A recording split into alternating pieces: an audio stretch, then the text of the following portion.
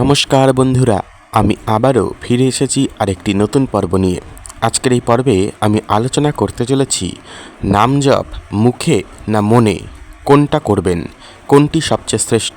এই বিষয়ে শ্রী রামকৃষ্ণ পরমহংসদেব কী বলেছেন তা নিয়ে বিস্তারিত আলোচনা করব আজকের পর্বে। শুরু করার আগে বলে রাখি বন্ধুরা, চ্যানেলে এরকম ভিডিও আরও দেওয়া রয়েছে, দেখে আসবেন। চ্যানেলটিকে অবশ্যই করে সাবস্ক্রাইব করবেন। চলুন আর দেরি না করে শুরু করা যাক। দেখুন বন্ধুরা, ঠাকুর শ্রী রামকৃষ্ণ অন্তরের ব্যাকুলতাকেই সবসময় প্রাধান্য দিয়েছেন। সাধারণত জপ 3 প্রকারের হয়ে থাকে। বাচিক জপ, যা শব্দ করে মুখে উচ্চারণ করা হয়। উপাংশু জপ, যেখানে ঠোঁট নড়ে কিন্তু শব্দ বাইরে শোনা যায় না। মানস জপ, যা সম্পূর্ণভাবে মনে মনে করা হয়। শ্রী রামকৃষ্ণের মতে জপ যেভাবেই করা হোক না কেন, তার মূল উদ্দেশ্য হল ঈশ্বরকে ভালোবাসা এবং তার স্মরণে থাকা। তবে তিনি সাধনার বিভিন্ন স্তরে বিভিন্ন পদ্ধতির উপযোগিতা ব্যাখ্যা করেছেন। ঠাকুর শ্রী রামকৃষ্ণ কোনো পদ্ধতিকেই ছোট করেননি, তবে তিনি মানস জপ বা মনের জপকেই উচ্চতর স্থান দিয়েছেন। কেন তিনি মানস জপকে শ্রেষ্ঠ মনে করতেন, তার কিছু কারণ আমরা আলোচনা করব। তার কারণ হলো মনের সংযোগই আসল। ঠাকুর বলতেন, মনই সব।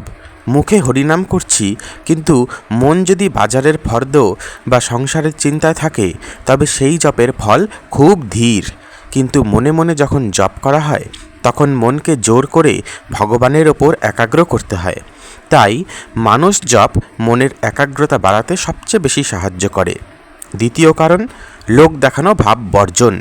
শ্রীরামকৃষ্ণ লুকিয়ে সাধনার ওপর খুব জোর দিতেন। তিনি বলতেন, মন আর কোন নির্জন জায়গা, এই 2 স্থানে জপ করা ভালো।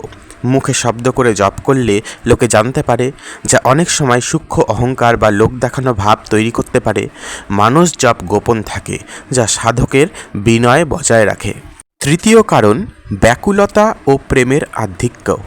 ঠাকুরের মতে জপ মানে শুধু সংখ্যা গণনা নয়, বরং জপ হলো ভগবানের নাম নিয়ে তাকে ডাকা। তিনি বলতেন, নাম আর নামই অভেদ। যখন সাধক মনে মনে জপ করেন, তখন তিনি বাহ্যিক জগৎ থেকে বিচ্ছিন্ন হয়ে অন্তরে ভগবানের সাথে কথা বলেন। এই সংযোগই শ্রেষ্ঠ। যদিও শ্রী রামকৃষ্ণ মানস জপের উচ্চ প্রশংসা করেছেন, কিন্তু তিনি সাধকের সামর্থ্য ও মানসিক অবস্থার ওপরও গুরুত্ব দিয়েছেন। তার কিছু বিশেষ পরামর্শ ছিল, শুরুতে বাচিক জপ, যাদের মন খুব চঞ্চল, তাদের জন্য তিনি প্রথমে মুখে নাম উচ্চারণ করার কথা বলতেন। শব্দ কানে গেলে মনকে অন্য চিন্তা থেকে ফিরিয়ে আনা সহজ হয়।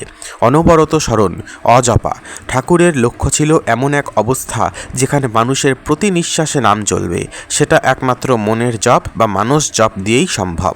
মূল কথা হলো ব্যাকুলতা। শ্রীরামকৃষ্ণ স্পষ্টভাবে বলতেন, তাকে ব্যাকুল হয়ে ডাকলে তিনি শুনবেনই। মুখে ডাকা আর মনে ডাকা, আসল হলো হৃদয়ের টান। আজকের জন্য এই পর্যন্তই বন্ধুরা, দেখা হচ্ছে পরের ভিডিওতে। সকলেই ভালো থাকবেন, সুস্থ থাকবেন। চ্যানেলটিকে অবশ্যই করে সাবস্ক্রাইব করবেন, বাকি ভিডিওগুলো দেখে আসবেন। ধন্যবাদ।